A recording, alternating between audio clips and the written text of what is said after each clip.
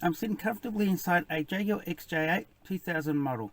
And it's not just any old XJ8, this one's mine. I have wanted a Jaguar for 25 years now and finally achieved that goal just a few weeks back with this nice example. It's not the best condition, but it's very good for the money I paid for it. It is the V8 3.2 litre, and I had a look after or even before I bought this, and you just can't get them in Australia for under about $14,000. This one I paid $5,400 and spent another $2,400 just to get it roadworthy and a couple more things done. So with the stamp duties, it's on the road for $8,500 and it runs beautifully. Got to get a couple things sorted, like the body throttles, I think it's called. So what it's doing is the car sort of shakes backwards and forwards when it's cold and or idling, but once you move, it's perfect. Now if you're looking at buying the XJ8, one thing to really consider is the timing chain tensioner and all the guides and all that being done. With this car, it's been done recently. In fact, the whole engine was rebuilt. This is a picture of the cylinders. So me not being a mechanic, just learn as I go. I believe this section here is the nickel seal come off from the wall of the cylinder. As a result, the engine got rebuilt, taking care of timing chain, timing guide, a lot. The engine was rebuilt in 2009 at 68,000 kilometers ago, or 40,000 miles ago. And this is the paper to show all the work carried out with the cost of $11,400. So, as far as I'm concerned, it's practically a new motor, redone. The car itself has done 245,000 kilometers, which is roughly the 150,000 mile mark.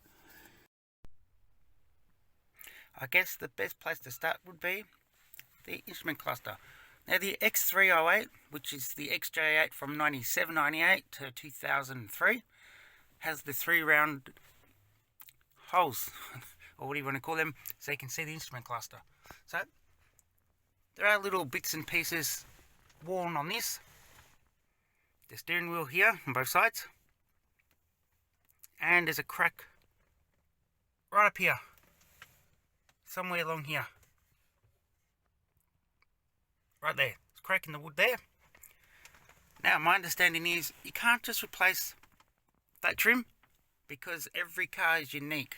The trim follows through right across, right around, and there are a few little cracks, like there's one here, and on the driver's door there's a few right through there, and I believe there's a couple in the back as well. So like I said, if you want to be very finicky with, replace the lot. I noticed there's a crack here as well. Maybe I could put a touch of glue and just press that, and that might make it look decent. The seats have been patched, and apparently that actually passed roadworthy.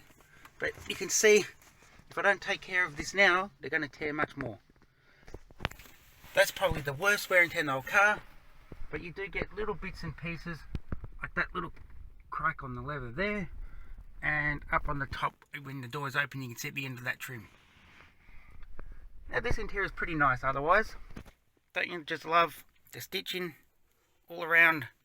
Looks like it's had it perfectly well. Now my understanding is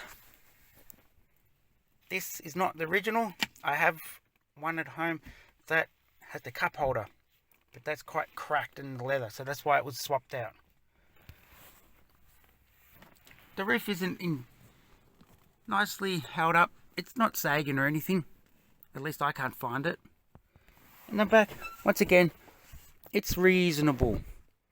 It's pretty good. Don't forget, it's a 21-year-old car that's done 244,000 kilometers, or about 150,000 miles, so you expect wear and tear. Also, I noticed on the speakers, there's a crack on every speaker. I can't imagine that being normal, so it looks like it's cracked. This car also, the radio does turn on, the screen does work, but it's not working properly. It's almost like that the aerial is not connected, but it can make noise. So I got to tend to that. The only lights I found that didn't work when I found this car was for the climate control, and it appears to be two inside the boot or the trunk that looks like it's not working either. Otherwise, like I say, it's held up reasonably well. Then you just love the way that the dashboard has a nice smooth flowing lines. It just drops a little bit in the center and then rises over the instrument cluster. Beautiful.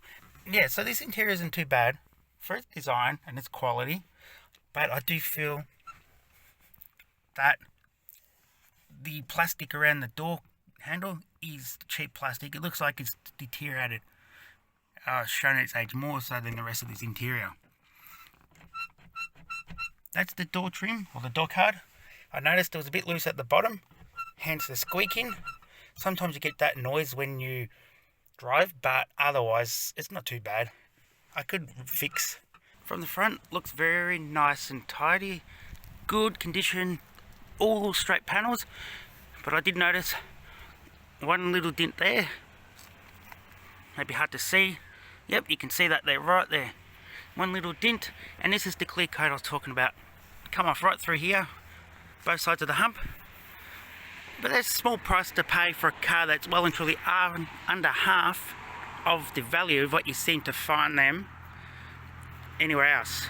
So that too, pretty bad. I could probably swap that out with chrome. That'd be easier than trying to match the colour.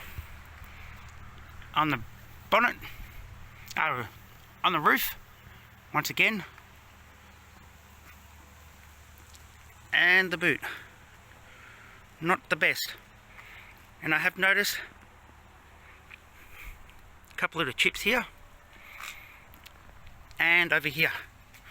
I'm suspecting that is because of the fuel cap is here, and when you take out the pump, I believe petrol drops here and it's worn out. That's my guess. I don't know. Looks like a little bit mucky. Otherwise, the bottom half of the car seems to be very straight, very true. This line has worn out, but there's no wear of any signs of any other wear. Obviously the standard ones with the chips on the door paint. Now this being the 3.2, just the standard, you've got your 16-inch rims, which is 225 by 60 by 16s.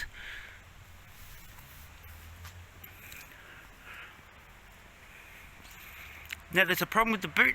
Feels mechanical, very hard to open. Try and put the key in. The electrics do work, but because there's pressure on the latch, they're not opening the boot. But I can hear the electrics working when the boot is opened. Don't just love all the chrome. These cars do come in the 3.2, the 4 litre and a supercharged 4 litre. Now the biggest distinctive look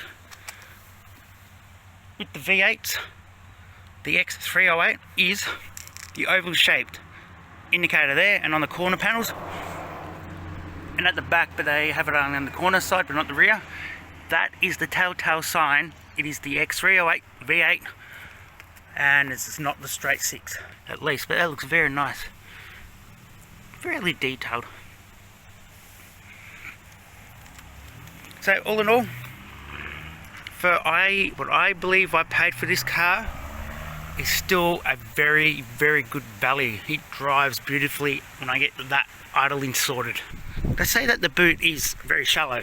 It does look a very bit shallow, but I believe part of that reason is to accommodate for the spare wheel. The floor pan actually kicks up towards the back. So spare wheel is there, full wheel, chromed or alloy, whatever they call them, but it's there. And battery and fuse box, big battery too. Thank you for tuning in and keep an eye out for more videos on this car.